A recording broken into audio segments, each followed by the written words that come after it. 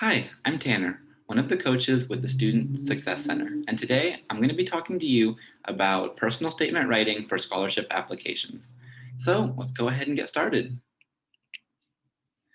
All right, so we're going to go ahead and start with a quick overview of a personal statement, and we will go more in depth later, but here are some key points to note throughout your writing process. So, first of all, it is important to remember that a personal statement is not just an essay, but rather it is able to give your reader the chance to really get to know the person behind the application.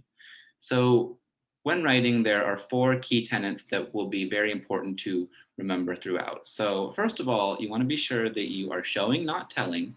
And what this means is that you are going to be using examples rather than statements to get your points across. So, for example, if you wanted to highlight your leadership capabilities, you wouldn't want to just say, I am a leader, but rather you could bring up an example of a time that you were a leader, right? And then next, you want to be sure that you are being descriptive because this is really your own story, right? And this is your chance to stand out from other applicants. And then next, you want to be sure that you are being specific to the award that you are applying for because different awards are going to be asking for different things. So definitely keep that in mind. And then lastly, you want to be sure that you are being concise and using your word count wisely. All right, so here are the four necessary components of a personal statement. So you're going to have your hook and introduction, which is where you are talking about who you are and why you're here. You will have your experience, which is going to show why you're qualified. And then you will have your goals, which is going to show why you are an investment. And then lastly, you will be tying everything back together in the conclusion. So let's go ahead and take a look at each of these. All right, so you will be starting with the hook and introduction, which is going to be answering the question from the committee's perspective of who you are. And this is super important because the committee are the ones who are making the decisions on scholarship awardings, right? So it's very important that you are really showing them who you are because this is your only chance to do that. So let's go ahead and take a look at some of the key points when writing your hook and intro. So first, again, you want to be sure that you are showing, not telling. So as another example, if you would like to convey your passion about psychology, don't just say, I am passionate about psychology, but maybe you could include your origin story of that passion. Or you could include maybe a turning point in your life, an inspiration, a struggle that you overcame, or something like that.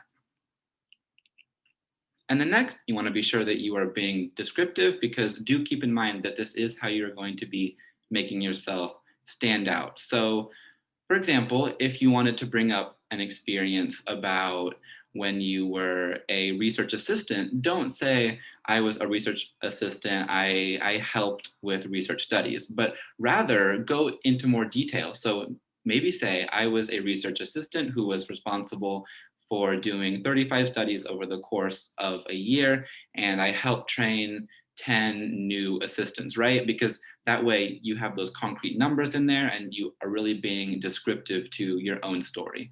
And those really help to create impact and interest.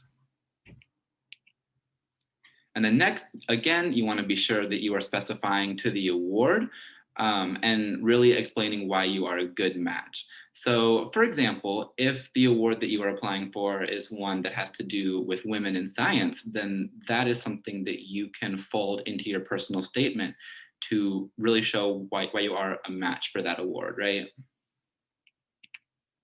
And then lastly, you want to be sure that you are being concise and that you are really making it count. You want to ensure that you are being selective and strategic with the stories that you do choose to write about and ensure that you are not dragging on or using fancy language. All right, so the next section is going to be the experience section. So this is answering the question from the committee's perspective of why are you qualified? So this can be things such as research experience, teaching assistant positions, internships, and anything along those lines. So let's go ahead and take a look at the key components of the experience section.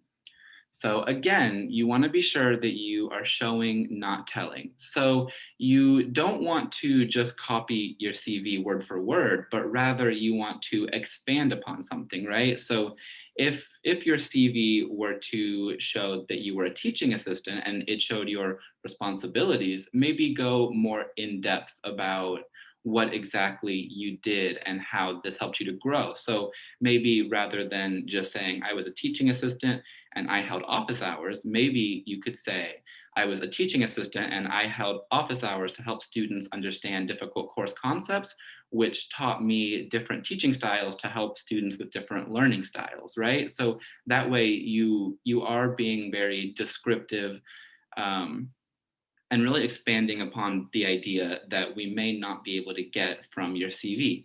And that does bring us into our next point, which is again, being very descriptive.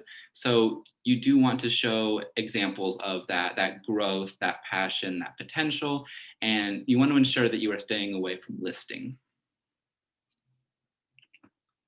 And then again, you want to be sure that you are specifying to the award. So be sure that you are picking experiences that relate in some way or another to the specific award that you are applying to. So be sure that you are connecting your experience to that award. And then lastly, you do want to make it count and not overshare. You may have dozens of experience examples that you could give here, but be sure that you are really being strategic with what you do choose to include in this section and only choose things that are really going to highlight you as the best candidate possible. All right, and the next section that we have is going to be the goals section. So this is answering the question from the committee's perspective of why should they invest in you? So this can be things such as career goals, experience goals, or anything that you hope to accomplish in the future. So we have talked about the same points for the past two sections, and those are going to be very important for this section as well. So if you would like, you can go ahead and brainstorm. You can pause the video now and just think about what your goals are and where you hope to go in the future, right? So go ahead and pause the video if you would like, and we will come back right about now. All right, so hopefully you were able to come up with some ideas. They don't have to be perfect. They don't have to be what you plan to include in your personal statement, but just brainstorming is so important. And then once you do actually begin writing, it is going to be very important that you are including the 4 key points that we have been talking about throughout this video. So again, you want to focus on showing, on describing, on being specific, and on really making your words count. All right, and then lastly, you want to tie everything back up together with the conclusion. So with the conclusion section, you don't want to be summarizing what you've already said, but rather you want to be sure that your writing piece feels complete. So in short, you want to be brief, finish any thoughts that you had left unfinished, and then conclude, wrap it up. Essentially, you want to tie the ribbon on the present and call it done, and that'll be great. And that is the last section in the personal statement. So thank you all so much for watching, and I really hope that this has helped you. And if you would like any help at all with brainstorming, with drafting, with reviewing your personal statements, feel free to make an appointment with the SSC, and we will be extremely happy to help you. Thank you so much.